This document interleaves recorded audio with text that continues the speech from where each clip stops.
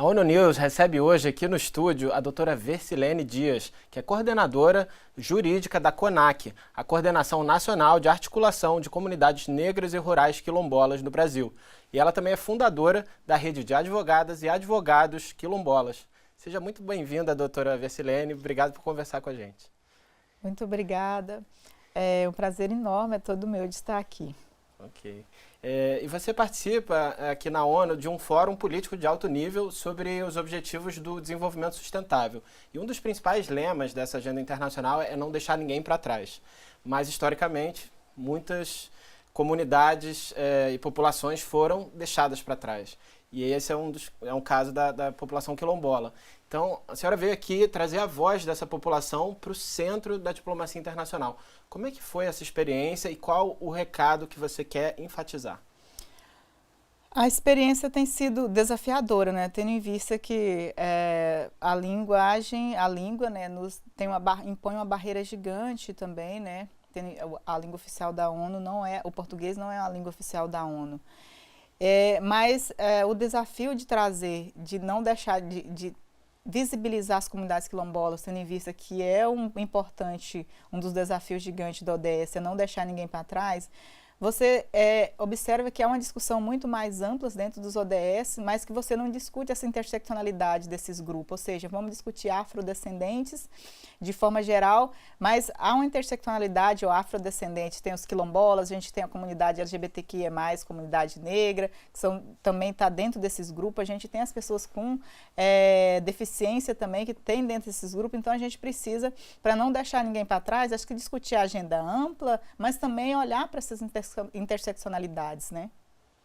Sem dúvida. E na sua fala aqui na ONU, foi num painel sobre o combate à pobreza, a senhora enfatizou a importância do reconhecimento internacional do racismo estrutural, inclusive fazendo propostas para a declaração de líderes que vai sair desse encontro político e também para o Pacto do Futuro, que é um evento mais importante que vai acontecer aqui na ONU esse ano.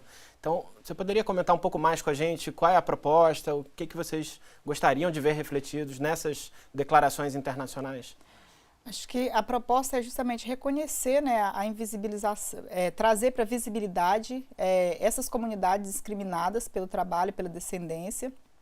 E aí no Brasil eu trato especificamente das comunidades quilombolas, tendo em vista que elas não são trazidas, não são mencionadas em documentos oficiais da ONU, né? Acho que dê essa visibilidade internacional para que as políticas nacionais em âmbito do Brasil também consigam andar, né? Porque a ideia é que a política para a população quilombola no Brasil se torna uma política de Estado e não uma política de governo, onde um governo entra e outro sai, mas que continua tocando a política. E não quando entra um governo diferente, você paralisa toda a política referente para aquela comunidade e somente em outros governos mais populares, que você dá continuidade à política para essas populações que estão em situação de extrema vulnerabilidade e sofre o racismo institucional da própria institucionalidade do Estado, né, de negação de um direito que está garantido na Constituição brasileira. E falando dessa relação entre o internacional e o nacional, a senhora vem da comunidade Calunga, né, do Goiás, que foi a primeira comunidade quilombola reconhecida pela ONU. Como é que foi o processo para chegar nesse ponto, lá em 2019, e o que isso representou de reconhecimento, de ações? O processo foi um processo extenso, inclusive de próprio conhecimento da própria comunidade, de dialogar internamente, de fazer consulta dentro da comunidade, de entender o que era o reconhecimento para a própria comunidade ali, né, de explicar, ter todo esse processo de explicar, né, de conhecimento, de informar também como que era, o que se dava com relação a esse conhecimento internacional enquanto área de preservação, porque era justamente um processo que a gente já faz dentro do território, de preservação, de cuidado, por meio das nossas ancestralidades, do cuidado cultural também dentro do território.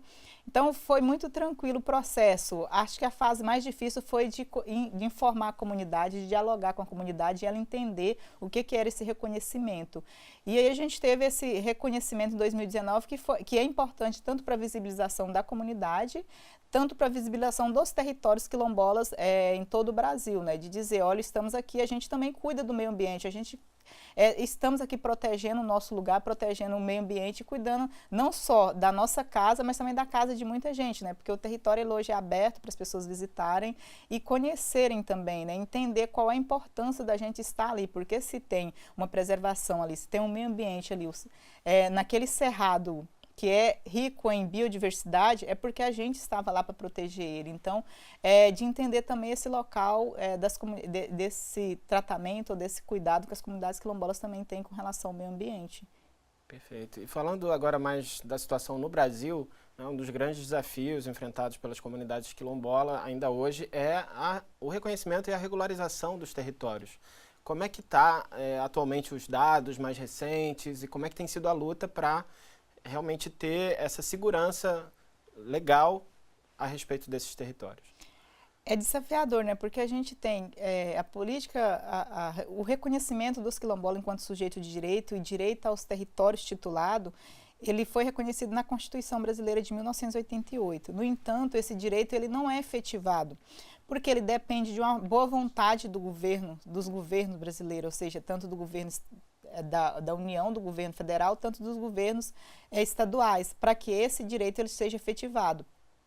E é uma luta constante, porque não adianta você garantir direitos, né? Você precisa ainda lutar para que aquele direito seja efetivado na prática. Hoje a gente tem em torno de 6 mil comunidades quilombolas no Brasil, e são 1,3 milhões de quilombolas. Agora, pela primeira vez, o Estado brasileiro fez um censo voltado para a população quilombola. E para a gente isso foi muito importante, inclusive para colocar a gente nos dados oficiais, porque o governo sempre criou política para quilombola, mas criou política para quilombola sem saber quem são os quilombolas e onde os quilombolas estavam, né? Então, trazer o censo, fazer o censo para a população quilombola, ele é extremamente importante para você a implementação da política pública. Não tem como você implementar a política pública se você não sabe quantos são, onde estão os destinatários dessa política.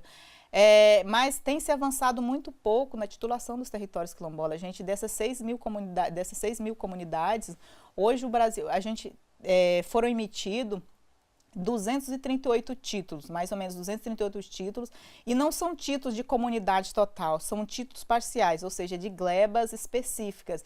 Então, o Brasil ainda precisa se avançar muito, né? Recentemente, em estudo feito pela CONAC, né, constata que no ritmo que a gente está para reconhecimento de territórios quilombola, para titulação de territórios quilombola, só com os processos que a gente tem abertos no INCRA, que é cerca de 1.800 processos abertos na autarquia brasileira que cuida da titulação de territórios quilombola, a gente demoraria mais de 2.000 anos para a gente titular só aqueles processos que estão abertos. Ritmo atual. Nesse ritmo atual. Imagina as mais de 6 mil comunidades que muitas delas ainda não estão reconhecidas, né? Inclusive o dado do IBGE, ele foi muito importante, o censo do IBGE, ele foi muito importante para visibilizar que 94% dos territórios quilombolas no Brasil estão fora dos registros oficiais do governo. Nossa, muita coisa.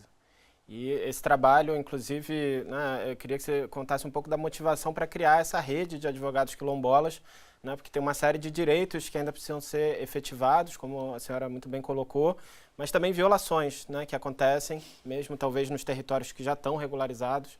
Então, como é que foi essa motivação para virar advogada e criar uma rede para lutar pelos direitos?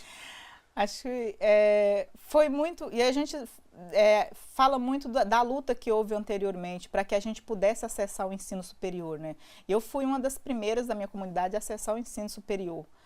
Então é uma luta que vem desde as organizações do movimento negro, né, junto com o movimento quilombola, para a política de cotas no Brasil, para a inclusão da população negra nas universidades públicas. E a partir disso, eu me recordo que em 2000 a gente iniciou a rede foi formalizada em 2020, né? Então a gente sempre falava assim do resultado, isso é o resultado de uma luta muito anterior, de ingressar na universidade, de formar os primeiros advogados. Então a rede ela se iniciou com 5 advogados e advogadas. Hoje a gente tem 32 advogados e advogadas, a maioria são mulheres. Então, a gente também tem a partir dessa rede, a gente também tem uma primeira promotora quilombola, que passou concursada agora também no estado do Pará, também que é parte da rede. Então, a rede ela surge não só como forma de articular esses advogados quilombolas para uma luta coletiva, para a gente trocar experiências de atuação a partir do local que a gente está, seja atuando na comunidade Calunga, seja na comunidade de Alcântara, seja na comunidade de Linharinho, no Espírito Santo, nas 4 regiões do país, de trocar essas experiências e ver de que forma que a gente poderia contribuir. Mas também surge como um resultado de uma luta muito anterior. E para fortalecer essa luta também, para buscar outras perspectivas, ou seja, participar de eventos, entrar em cursinhos para também ocupar espaços dentro das organizações do Estado brasileiro, né? Porque um dos maiores desafios da gente hoje, enquanto quilombola,